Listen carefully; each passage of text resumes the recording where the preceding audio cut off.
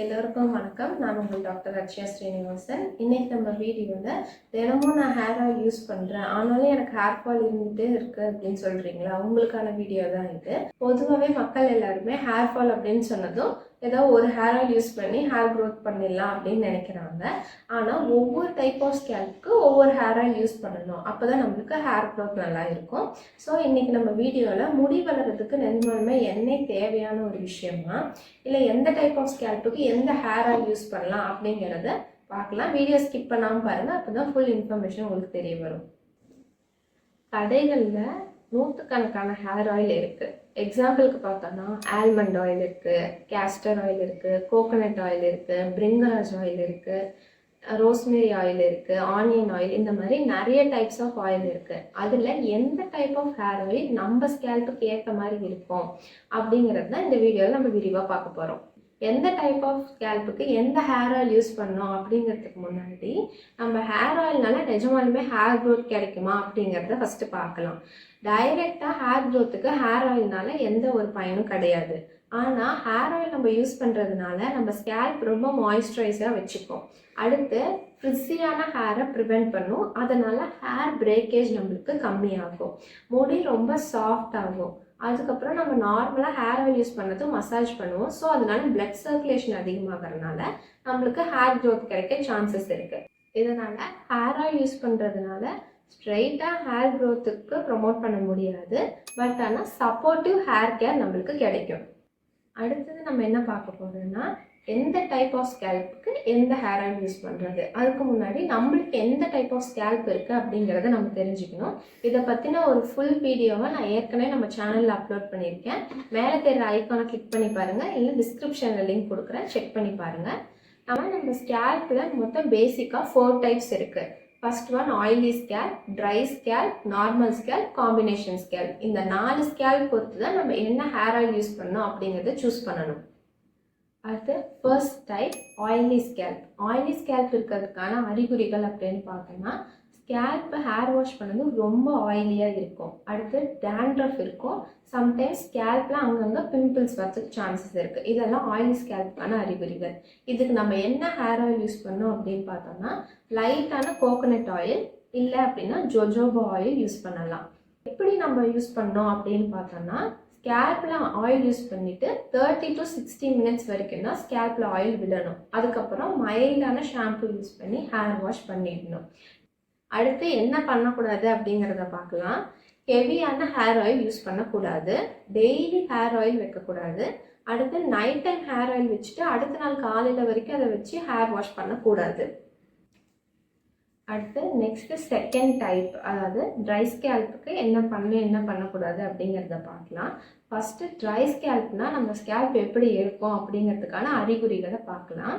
First itching இருக்கும், ரொம்ப அரிப்பு எடுக்கும் ஸ்கேல்ப்பு. அடுத்து ட்ரை ஃப்ளேக்ஸ் வரும், அதாவது நம்ம ஸ்கேல்ப் ரொம்ப இச்சிங்காக இருக்குது அப்படின்னு சொன்னால் அதுலேருந்து அப்படியே செதிலாக வரும். அடுத்து ஹேர் ரொம்ப பிரேக்கேஜ் ஆகும், ரொம்ப ட்ரையாக இருக்கனால ஹேர் சீக்கிரமாக உடையறதுக்கான தன்மை வரும். இதெல்லாம் ட்ரை ஸ்கேல்ப்புக்கான அறிகுறிகள்.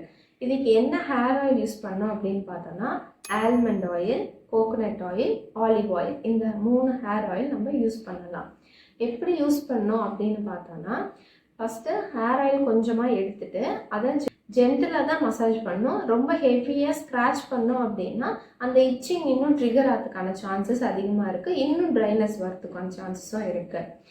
அடுத்து ஸ்கேல்ப்பில் ஹேர் ஆயில் யூஸ் பண்ணிவிட்டு ஒரு 2 hours வரைக்கும் நம்ம ஸ்கேல்ப்பில் வச்சுக்கலாம். அதுக்கப்புறம் நம்ம mild or gentle shampoo use பண்ணி ஹேர் வாஷ் பண்ணிடணும். ஷாம்புலேயுமே மாய்ஸ்சரைசிங் ஷாம்பு தான் யூஸ் பண்ணணும், கண்டிஷ்னர் கண்டிப்பாக யூஸ் பண்ணணும். ஏன்னா கண்டிஷ்னர் யூஸ் பண்ணாமல் நம்ம ஹேர் வாஷ் பண்ணவே கூடாது. அடுத்து ட்ரை ஸ்கேல்ப்பில் என்னென்ன பண்ணக்கூடாது அப்படிங்கிறத பார்க்கலாம். ஃபர்ஸ்ட் திங், டெய்லியும் ஹேர் வாஷ் பண்ணக்கூடாது. அப்படி நம்ம ஹேர் வாஷ் பண்ணுறோன்னா வீக்லி 2 தான் பண்ணுவோம், அதுவே. ஏன்னா அதுக்கு மேலே நம்ம பண்ணோம்னா ட்ரைனஸ் இன்னும் அதிகமாகி ஹேர் பிரேக்கேஜ் ஆகி நம்மளுக்கு ஹேர் ஃபால் அதிகமாகிறதுக்கு சான்சஸ் இருக்குது. அடுத்து நம்ம ஹேர் வாஷ் பண்ணாலும் அதில் மைல்ட் ஆர் ஜென்டில் ஷாம்பு தான் யூஸ் பண்ணணும். சல்ஃபேட்ஸ் ஆர் பேரபன்ஸ் இருக்க ஷாம்புவை நம்ம அவாய்ட் பண்ணணும். சல்ஃபேட்ஸ் ஆர் பேரபன்ஸ் இருக்க ஷாம்பு யூஸ் பண்ணுறனால கூட ட்ரைனஸ் அதிகமாகிறதுக்கான சான்சஸ் இருக்குது. அடுத்து ட்ரைனஸுக்கு ஃபர்ஸ்ட் அண்ட் மெயின் காஸே என்னென்னா ஹைட்ரேட்டடாக இல்லாமல் இருக்கிறது தான். So daily 2 to 3 liters of water intake பண்ணணும். அது மூலயமா நம்ம ஹேர் ஃபாலை ரெடியூஸ் பண்ணலாம், ட்ரைனஸும் கண்ட்ரோல் பண்ணலாம். அடுத்து தேர்ட் டைப் ஆஃப் ஸ்கேல்ப் என்னன்னு பார்த்தோம்னா நார்மல் ஸ்கேல்ப். இதுக்கு என்ன ஹேர் ஆயில் யூஸ் பண்ணணும், என்ன பண்ணக்கூடாது அப்படிங்கிறத பார்க்கலாம். இதுக்கு முன்னாடி ஃபர்ஸ்ட்டு நார்மல் ஸ்கேல்ப் அப்படிங்கிறதுக்கு என்னென்ன அறிகுறிகள் இருக்குது அப்படிங்கிறத பார்க்கலாம்.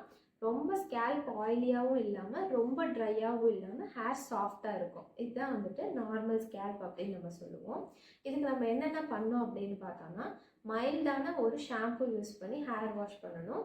வாரத்தில் 1 அல்லது 2 முறை ஹேர் வாஷ் பண்ணுறதே நம்மளுக்கு போதுமானது. அடுத்து ஹேர் ஆயில் யூஸ் பண்ணும்போது கம்மியான அளவு ஹேர் ஆயில் யூஸ் பண்ணணும், ஜென்டிலாக மசாஜ் பண்ணணும். அப்படி பண்ணுறதே நம்மளுக்கு போதுமானது. இதை தாண்டி நம்மளுக்கு நியூட்ரிஷியஸ் ஃபுட்டும் நம்ம எடுத்துக்கிட்டோம் அப்படின்னா நல்ல ஒரு ஹெல்த்தியான ஹேர் நம்மளுக்கு கிடைக்கும். அடுத்து ஃபோர்த் டைப் ஆஃப் ஸ்கேல்ப் என்னன்னு பார்த்தோன்னா combination type of scalp. Combination type of ஸ்கேல்ப்னால் எப்படி இருக்கும்னு பார்த்தோன்னா ஸ்கேல்ப் ஆயிலியாகவும் ஹேர் எண்ட்ஸ் ட்ரையாகவும் இருக்கும். இதுக்கு என்ன type of hair oil use பண்ணலான்னு பார்த்தோன்னா நார்மலாக இருக்க கோகோனட் ஆயில் எனஃபானது. அடுத்து ஹேர் ஆயில் எப்படி யூஸ் பண்ணணும் அப்படிங்கிறத பார்க்கலாம். ஸ்கேல்பில் ரொம்ப ஹேர் ஆயில் யூஸ் பண்ணாமல் ஹேரோட எண்ட்ஸில் ஹேர் ஆயில் அப்ளை பண்ணணும். அடுத்து ஜென்டிலான மசாஜ் கொடுத்தா போதும். வாரத்தில் 2 to 3 டைம்ஸ் ஹேர் வாஷ் பண்ணால் போதும். அதுக்கு மேலே ஹேர் வாஷ் பண்ண தேவையில்லை. ஏன்னா ட்ரைனஸ் அதிகமாகிறதுக்கான சான்சஸ் அதிகமாக இருக்குது. ஸோ அதனால் ஹேர் பிரேக்கேஜ் ஆகி ஹேர் ஃபால் ஆகிறதுக்கு சான்சஸ் இருக்குது. அதனால் நீங்கள் weekly 2 to 3 times hair wash பண்ணிவிட்டு ஹேர் எண்ட்ஸில் ஆயில் அப்ளை பண்ணுறதே எனஃபானது. ஸோ இது மூலியமாகவே நம்ம ஹேர் ஃபாலை கண்ட்ரோல் பண்ண முடியும்.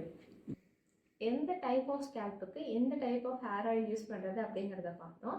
அந்த ஹேர் ஆயிலை எப்படி அப்ளை பண்ணுறது, இல்லை ஷாம்பு எப்படி அப்ளை பண்ணுறது, அதில் நம்ம பண்ணுற மிஸ்டேக்ஸ்லாம் என்ன அப்படிங்கிறது டீட்டெயில்டான வீடியோவை நான் ஏற்கனவே நம்ம சேனலில் போஸ்ட் பண்ணியிருக்கேன். மேலே தெரிகிற ஐக்கானை கிளிக் பண்ணி பாருங்கள், இல்லை கீழே டிஸ்கிரிப்ஷன் லிங்க் கொடுக்குறேன், செக் பண்ணி பாருங்கள். இந்த மாதிரி நான் டைப் ஆஃப் ஸ்கேல்ப் அனலைஸ் பண்ணிட்டேன், அதுக்கான ஹேர் ஆயிலும் கரெக்டாக சூஸ் பண்ணி யூஸ் பண்ணிட்டேன், கரெக்டான ஹேர் கேர் ஃபாலோ பண்ணிட்டேன், நியூட்ரிஷன் டயட்டும் நான் ஃபாலோ பண்ணிட்டேன். இதை தாண்டி எனக்கு ஹேர் ஃபால் 3 மாதத்துக்கு மேலே இருந்துகிட்டே இருக்குது, இல்லைன்னா ஸ்கேல்ப் ரொம்ப இச்சிங்காக இருக்குது, இல்லை டேண்ட்ரஃப் இருந்துகிட்டே இருக்குது, இல்லை ஹேர் ரொம்ப பிரேக்கேஜ் இருக்குது, இல்லை ரொம்ப ஹேர் ஃபால் இருக்குது அப்படின்னா டிஸ்கிரிப்ஷனில் நம்ம வெப்சைட் லிங்க் இருக்குது. அதை கிளிக் பண்ணி டிஎம் பண்ணிங்கன்னா உங்களுக்கான சார்ட் அண்ட் ப்ரொசீஜரை நான் டீட்டெயில்டாக உங்களுக்கு எக்ஸ்பிளைன் பண்ணுவேன். அந்த சார்ட் அண்ட் ப்ரொசீஜர்ஸில் என்னென்ன இருக்கும்னு பார்த்தோன்னா மந்த்லி ஒரு ஃபுட் டயட் மாதிரி கொடுப்போம். அந்த டயட் பிளானில் வந்து என்னென்ன நியூட்ரிஷியஸ் ஃபுட் சாப்பிட்ணும் அப்படிங்கிறது இன்க்ளூட் ஆகிருக்கும், என்னென்ன எக்ஸசைஸ் பண்ணணும் அப்படிங்கிறது இன்க்ளூட் ஆகிருக்கும், என்னென்ன டூஸ் அண்ட் டோன்ட்ஸ் பண்ணணும் அப்படிங்கிறது இன்க்ளூட் ஆகிருக்கும். அது இல்லாமல் டிசீஸ்னால தான் அப்படிங்கிற மாதிரி இருந்துச்சுன்னா அதுக்கு என்ன மெடிசன்ஸ் எடுக்கலாம் அப்படிங்கிறதையும் நான் டீட்டெயிலாக உங்களுக்கு சொல்லுவேன். நான் இந்த வீடியோவில் சொன்ன மாதிரி சரியான ஹேர் கேர் ரொட்டீனை நான் ஃபாலோ பண்ணுறேன், ஹேர் ஆயிலும் நான் கரெக்டாக சூஸ் பண்ணிட்டேன், அப்போயும் எனக்கு ஹேர் ஃபால் இருந்துகிட்டே இருக்குது அப்படின்னா அது ஹார்மோனல் சேஞ்சஸ்னால இருக்கலாம். ஸோ ஹார்மோனல் சேஞ்சஸ்னால ஏன் ஹேர் ஃபால் நடக்குது அப்படிங்கிறது தெரிஞ்சுக்க கீழே ஹார்மோன்னு கமெண்ட் பண்ணுங்கள். நான் நெக்ஸ்ட் வீடியோவில் போஸ்ட் பண்ணுறேன். இந்த வீடியோவை உங்கள் ஃப்ரெண்ட்ஸ் அண்ட் ஃபேமிலிக்கு ஷேர் பண்ணுங்கள். மறக்காம நம்ம சேனலை சப்ஸ்கிரைப் பண்ணிக்கோங்க. நன்றி. ட்ரீட்மெண்ட் அண்ட் ஹெல்த் அவேர்னஸ் வீடியோஸ்க்கு சப்ஸ்கிரைப் டு our சேனல், பெல் ஐகான் பிரஸ் பண்ணி லேட்டஸ்ட் அப்டேட்ஸ் பெறுங்கள். Stay healthy with us. நன்றி.